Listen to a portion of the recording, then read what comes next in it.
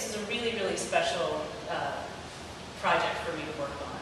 And when Clay originally asked me to come help with the textual support, he kind of had an idea that we could have some quotations on the walls. He had been to this Ansel Adams exhibit and thought, you know, I need something like this, and you know, what do you think we could do? And in the process, I spent time with him. We traveled the course of High Street that was being covered by all the photographers in the exhibition. And then I started doing that on a regular basis in order to write these pieces. And as he said, I actually started photographing. I usually just photograph my little boy like a crazy person. But in this case, I've been a journalist a long time, and it really helped me see the city and the people in it, and the meaning of places that don't have people in it very different. So I'm going to read. You can read it yourself too, if you want. They're in the exhibition, but I'm going to read them to you. So I'm just going to go from the south to the north, like the exhibition does. The first meditation is the open country south. Quick pavement cuts between pick-your-own-berry farms and big sky cornfields. Signs warn of dangerous power lines overhead, and that you're laying tread on the United Spanish War Veterans Memorial Highway, called Ohio's Fresh Foods Corridor by marketers, or the Scioto Trail. The city's oldest family farms feel the squeeze of corporate growers. Hand-painted signs for runner beans or strawberries still stand for now. The Columbus boundary is marked with the LED lights of the Horse Track Casino, where Audrey Hepburn's impish grin adorns a cooing slot machine, and every wheelchair-marked parking space is perpetually filled. This is the south side. There are stadiums with fewer parking spaces than this strip mall, where nearly every occupied storefront has the words thrift, outlet, bargain, dollar, pawn, cheap. All of the food here is fast, and the mobile home park is surrounded by the kinds of businesses that endure by clinging to the poorest. Checks cashed, electronics bought, greenback advances against your car title. Low-rent strip clubs make work out of words like foxes and babes, while women gather for other reasons at the best little hair house. Urban hipsters still travel down to embrace two of the city's last drive-ins, one with movies, the other with milkshakes and pie.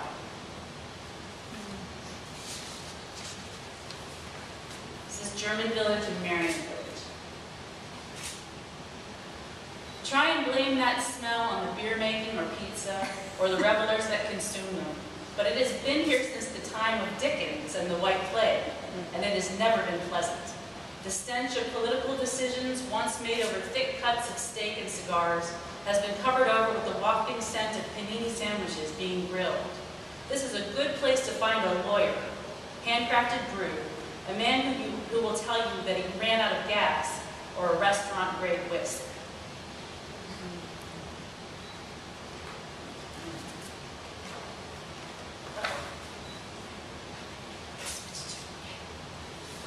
I thought I walked downtown, I can't do that.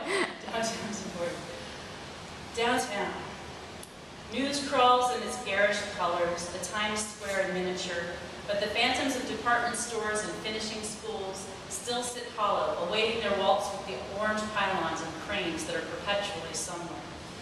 Cross streets sustain cobblestone progress, fish taco specialists, and havens for bicycle evangelists. The navel of the city is its Greek revivalist cupola, a marble homage to ancient democracy, now wrapped by a novel perimeter of upturned wrought iron arrows. The picnic blankets, picketers, and panhandlers that once populated this lawn have gone missing, a public space forfeited in the name of security.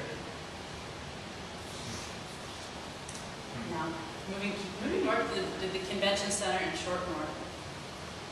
The reclining behemoth pastel lover of the downtown skyline welcomes you to Flytown. The convention center.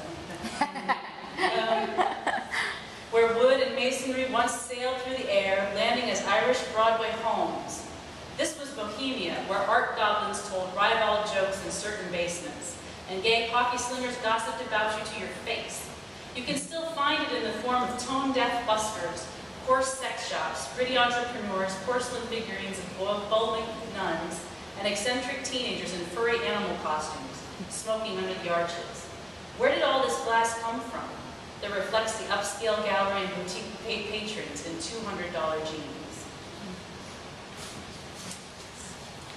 Now up to OSU, to the University District in Old North Columbus. Bodies that used to lean out of the open windows, hugging $3 buckets of beer to their chests, have their own kids in college now. Stories spin of those old stinking haunts with cheap euros, rum-soaked pineapples, and combat boot cracked floor tile. Musical ghosts of spirited places that lived in buildings too shoddy to rehabilitate. There are vestiges of sovereign coffee houses and record shops and gift stores with circuit rings and revolutionary bumper stickers. But most have long since cleared out, closed up, or been leveled, in favor of tall structures with brighter lights and fancier foods and $10 buckets of happy hour beer, or the conundrum of luxury student housing. Institutional structures loom larger on the west side, but it's hard to imagine what the east will become. Cross lane to find graduate students and grown-up kids who can't stop looking back. Clay totally busted me and said, well, you married one of those, didn't you? I did. I divorced him, but I also am one of them, so.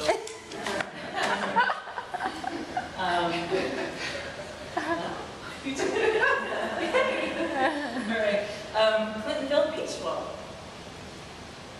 Tattooed domestic deities of every configuration of family that you can imagine are thorny and beautiful here, like the wide field of roses.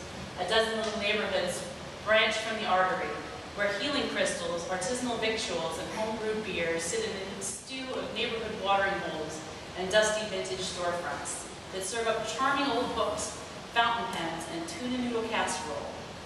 There are unwalkable miles where abandoned shopping carts piss telephone poles, and the dry cleaner cheers you with self-help wisdom, instructing you to make others feel important. On your way to get an oil change, adopt a rescued bunny, or sit and feast at a fast food restaurant table. I'm a big fan of the Pierce Dry Cleaners. Those are so good. Yeah, right now he's got be celebrated, not tolerated. I think is what's up there right now. I've had a good time seeing what he's going to do in a couple weeks. And finally, we're going to Worthington, the end our tour of High Street. Built upon a steadfast New England blueprint, this pioneer Shangri-La feels like it should still echo with the hum of streetcars or the creak of stagecoach wheels. Endless occasions call residents to the village green, where signs implore residents and passers through to contemplate character traits like moral courage and tolerance under the hard stairs of stately old churches. Keep walking north, and the building facades fade back from the street into antiseptic structures best viewed from car windows until the sidewalk ends. Okay.